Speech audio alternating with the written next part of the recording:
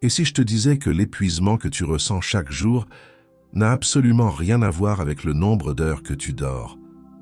Reste avec moi, car ce que Carl Jung a mis en lumière à propos des empathes et de l'énergie va transformer une bonne fois pour toutes la manière dont tu comprends ta fatigue. La plupart des gens pensent que la fatigue est purement physique. Dormir davantage, boire plus d'eau, prendre des vitamines. Pourtant, les travaux de Jung ont révélé quelque chose de bien plus complexe et, honnêtement, totalement renversant. Voici ce que peu de personnes comprennent à propos de l'épuisement empathique. Et crois-moi, à la fin de cette explication, tu sauras enfin pourquoi tu te réveilles fatigué, même après 8 heures de sommeil. Selon Carl Jung, la psyché humaine fonctionne comme un système énergétique. Il appelait cela l'énergie psychique ou libido. Mais voici le détail qui change tout. Alors que l'énergie de la plupart des individus se vide à travers leurs propres actions, les empathes vivent ce que Jung décrivait comme une véritable hémorragie énergétique. Ils ne perdent pas leur énergie uniquement en vivant leur propre vie, mais en absorbant inconsciemment les états émotionnels des autres. Jung a observé que les empathes évoluent dans un état permanent d'osmose psychologique. Ils captent en continu les émotions, les tensions, les non-dits et les ressentis de chaque personne qu'ils croisent. Et c'est là que le problème commence. Ce mécanisme n'est pas un choix conscient. Il se produit automatiquement au niveau de l'inconscient. Même lorsque tu penses te reposer, ton esprit travaille sans relâche. Écoute bien ce qui suit, car c'est ici que tout devient clair. Carl Jung a identifié ce qu'il appelait l'inconscient collectif, un espace psychique partagé par tous les êtres humains. Mais selon sa théorie, les empathes possèdent une frontière beaucoup plus fine entre leur inconscient personnel et cet espace collectif. Ils fonctionnent comme de véritables éponges psychologiques, absorbant en permanence les résidus émotionnels de leur entourage. Le barista stressé, le collègue anxieux, l'automobiliste frustré dans les embouteillages, le proche inquiet. La plupart des gens perçoivent ces interactions, puis passent à autre chose. Les empathes, eux, enregistrent chaque vibration émotionnelle et la transportent avec eux. À la fin de la journée, ils ne sont pas seulement fatigués par ce qu'ils ont vécu personnellement, mais épuisés d'avoir porté plusieurs vies émotionnelles à la fois. Et voici ce que Jung avait compris, mais que beaucoup ignorent. Cette absorption ne s'arrête pas quand tu fermes les yeux. Ton inconscient continue de traiter toutes ces données émotionnelles pendant ton sommeil. Tu ne récupères pas réellement, car ta psyché travaille de nuit, triant et digérant les émotions des autres. Et c'est là que la psychologie devient absolument fascinante.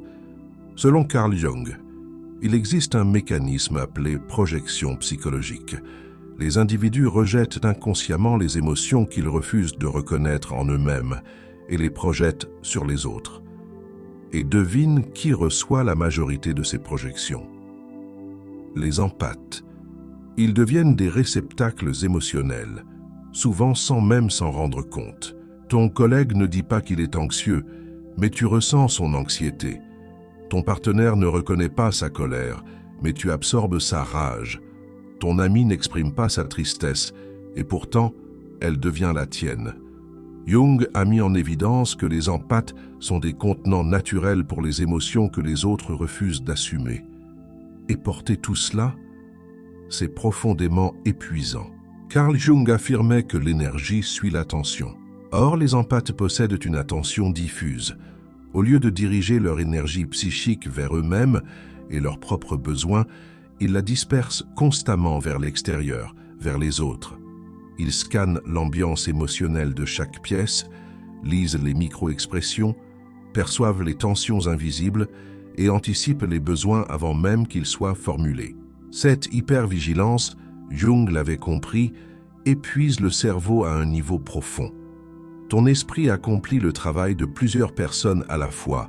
Il gère tes émotions, celles des autres, la dynamique du groupe, ainsi que les conflits non exprimés. Voilà pourquoi 8 heures de sommeil ne suffisent jamais. Mais ce qui se passe réellement va encore plus loin.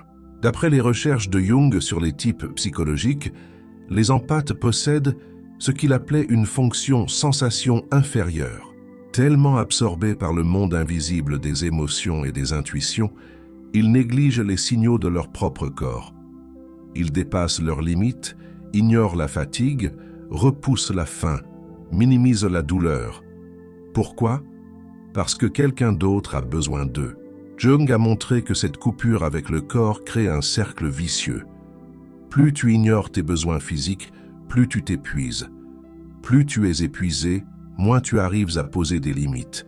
Et plus tes limites s'affaiblissent, plus ton énergie est aspirée par les autres. Le cycle se répète encore et encore. C'est ici que la compréhension de Jung devient essentielle. Carl Jung observait que les empathes souffrent de ce qu'il appelait une inflation du sens des responsabilités. Inconsciemment, ils se sentent responsables du bien-être émotionnel de tout le monde. Si quelqu'un va mal, ils doivent réparer. Si quelqu'un est mal à l'aise, ils doivent apaiser.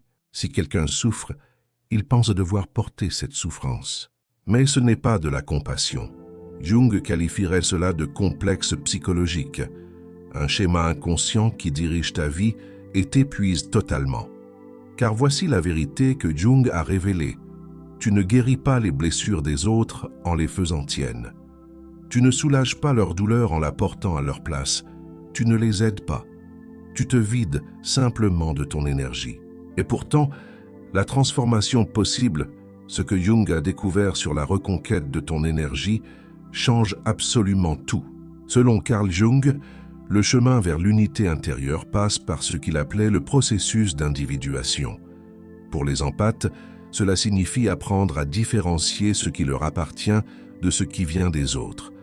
Savoir reconnaître quand une émotion est la tienne et quand elle résulte de projections extérieures. Cela implique de développer ce que Jung nommait des limites psychologiques, non pas des murs qui isolent, mais des membranes conscientes qui laissent entrer ce qui est juste pour toi et repoussent ce qui ne l'est pas. Jung a compris que les empathes doivent apprendre à pratiquer ce qu'il appelait le retrait conscient, retirer volontairement son énergie des autres, par moments, pour la ramener vers soi. Ce n'est pas de l'égoïsme, c'est une question de survie. On ne peut pas donner quand on est vidé, et ton réservoir est à sec depuis bien trop longtemps. Et voici le point qui peut tout transformer.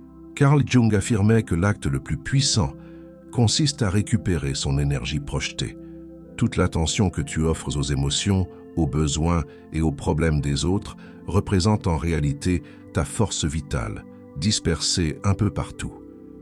Jung savait que rassembler cette énergie, choisir consciemment où diriger ton attention, est la clé pour que les empathes découvrent enfin le repos véritable. L'empathe éveillé apprend alors à se poser la question la plus essentielle que Jung ait formulée. À qui appartient réellement cette émotion? Lorsque l'épuisement apparaît, il s'arrête. Est-ce ma fatigue ou est-ce celle de quelqu'un d'autre que je porte? Est-ce mon anxiété ou est-ce le stress ambiant que j'absorbe? Cette prise de conscience, selon Jung, marque le premier pas vers la souveraineté énergétique. Mais il reste un dernier élément, celui qui fait tout s'aligner. Pour Carl Jung, le véritable repos d'un empathe ne se résume pas au sommeil. Il repose sur ce qu'il appelait l'hygiène psychologique, apprendre à nettoyer son champ énergétique comme on nettoie son corps. Pratiquer une solitude consciente, non pas par rejet des autres, mais par respect de soi. Dire non sans culpabilité, créer de l'espace sans se justifier, choisir le silence sans s'excuser. Jung a observé que lorsque les empathes commencent enfin à prioriser leur bien-être énergétique, quelque chose de remarquable se produit. Ils ne deviennent pas moins compatissants.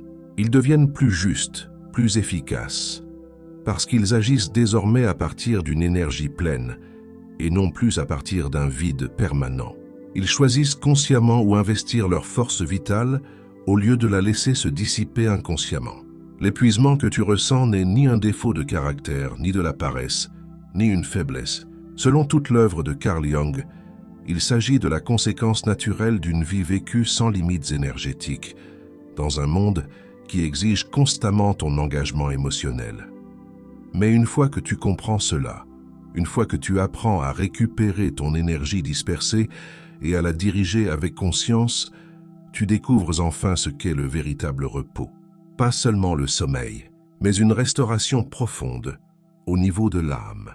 Et ça, dirait Jung, ça change tout.